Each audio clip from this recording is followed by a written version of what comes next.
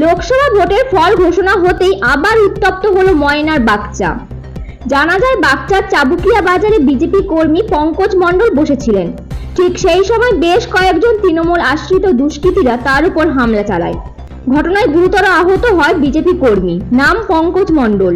ময়না বিধানসভার বাগচা অঞ্চলে আজকে যেহেতু তমলুক লোকসভারও গণনা ছিল, সেখানে আমাদের প্রাক্তন বিচারপতি জাস্টিস অভিজিৎ গঙ্গোপাধ্যায় আমাদের এখান থেকে ভারতীয় জনতা পার্টির প্রতীকে দাঁড়িয়েছিলেন এবং আজকে তিনি নির্বাচিত হয়েছেন।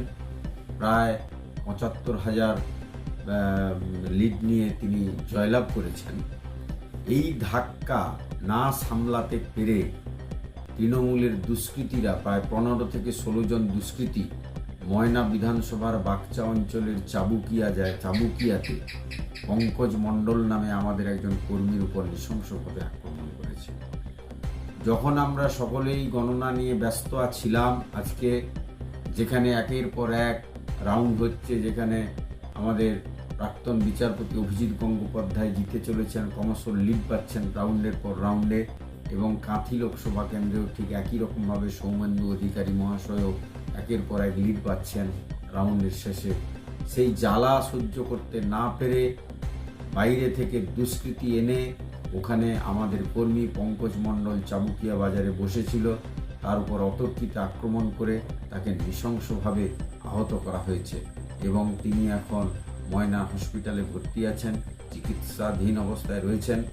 নাড়ু, হ্যাঁ নাড়ু, টিএমসির নাড়ু মণ্ডল। কোথায় মারলো? ওই চাবিকার খেয়া গেছে। চাবিকার খেয়া গেছে? কেন? আমি এমনি ঘুরতে গেছি, হঠাৎ এসে আমাকে মাছ ধর। আমি ব্যাপারটা তো বুঝতে পারিনি। কি দিয়ে মেরেছে? ওই পিস্তলের গোড়া দিয়া, রাইফেলের গোড়া দিয়া। কতজন ছিল? ৪-৫ জন ছিল, আর বাকি লোকের নাড়ুকে আমি ভালোভাবে চিনি। এরপর তাকে উদ্ধার করে ময়নার প্রাথমিক স্বাস্থ্য কেন্দ্রে ভর্তি করা হয়। তৃণমূল এই অভিযোগ অস্বীকার করেছে।